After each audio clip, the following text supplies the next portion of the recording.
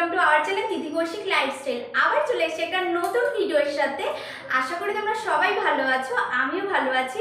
তাই আজকে করব আলু বিরিয়ানি। দেখো আলু বিরিয়ানি করতে কি কি লাগবে। চাল ভেজানো আছে, এখানে রয়েছে টমেটো বাটা, এখানে রয়েছে আদা জিরা বাটা, এটা পেঁয়াজ কুচি, এটা পেঁয়াজ রসুন বাটা, এটা দই, এটা গরম মশলা, এটা ধনে গুঁড়ো, জিরে গুঁড়ো, নুন, কেশর, লঙ্কার গুঁড়ো, হলুদ, আর এখানে 1 কাপ দুধ নিয়ে নিয়েছি।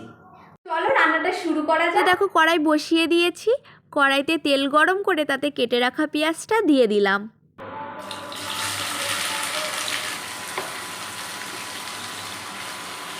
পেঁয়াজটা একটু বেশি পরিমাণেই কাটতে হবে, কারণ বেরেস্তাতেও দিতে হবে, আবার আলুর দমেও দিতে হবে।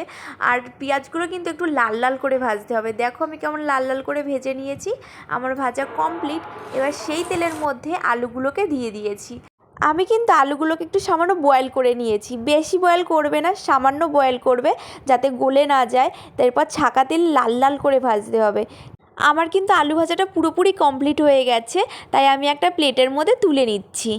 এরপর সেই গরম তেলটার মধ্যে গোটা গরম মশলা আর পেঁয়াজ রসুন পেস্ট দিয়ে একটু নাড়াচাড়া করে তারপর দিয়ে দিলাম আদা জিরে বাটা।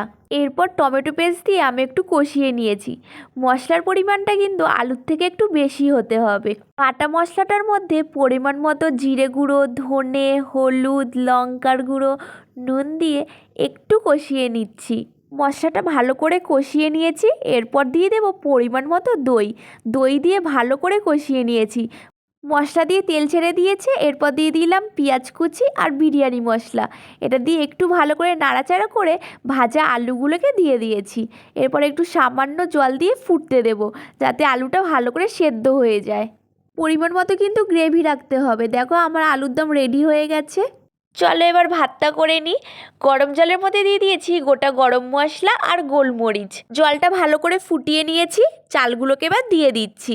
চালটা কিন্তু আগে থেকে ভেজানো ছিল, তাই আমি আর বেশি ফোটাবো না, তাড়াতাড়ি করে নামিয়ে ফেলবো। 80% কুক হলেই রেডি আমাদের ভাত। তো সব রেডি হয়ে গেছে। এবার আমি হাঁড়িতে দম দেবো, তাই হাঁড়িতে ঘি ব্রাশ করে নিয়েছি। প্রথম লেয়ারটা কিন্তু আমি আলুর দমের দিয়েছি, তোমরা চাইলে ভাতেরও দিতে পারো।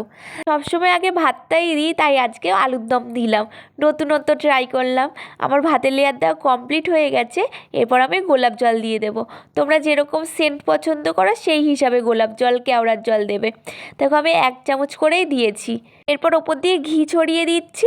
ঘিয়ের পরিমাণটা কিন্তু একটু বেশিই দিতে হবে, ঘি কিন্তু টেস্টটা বাড়াবে।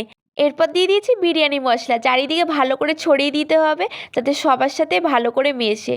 ওপর দিয়ে বেরেস্তা ছড়িয়ে দিলাম। এবার মিঠা আতর দিয়ে দিয়েছি। মিঠা আতরটা কিন্তু অল্প পরিমাণে দিতে হবে। দুধের মধ্যে একটু রং মিশিয়ে নিয়েছি। রংটা একটু আস্তে আস্তে ওপর দিয়ে দিতে হবে, এটাই বিরিয়ানি কালারটাকে আনবে।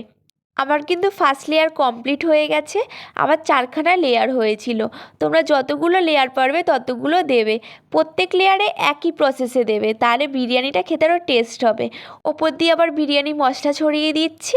এরপর দিয়ে দেবো ঘি। হাঁড়ির চারপাশে আটার লেয়ার দিয়ে তার উপর ঢাকনাটা ভালো করে আটকে দিয়েছি, যাতে হাওয়াটা না বেরিয়ে যায়।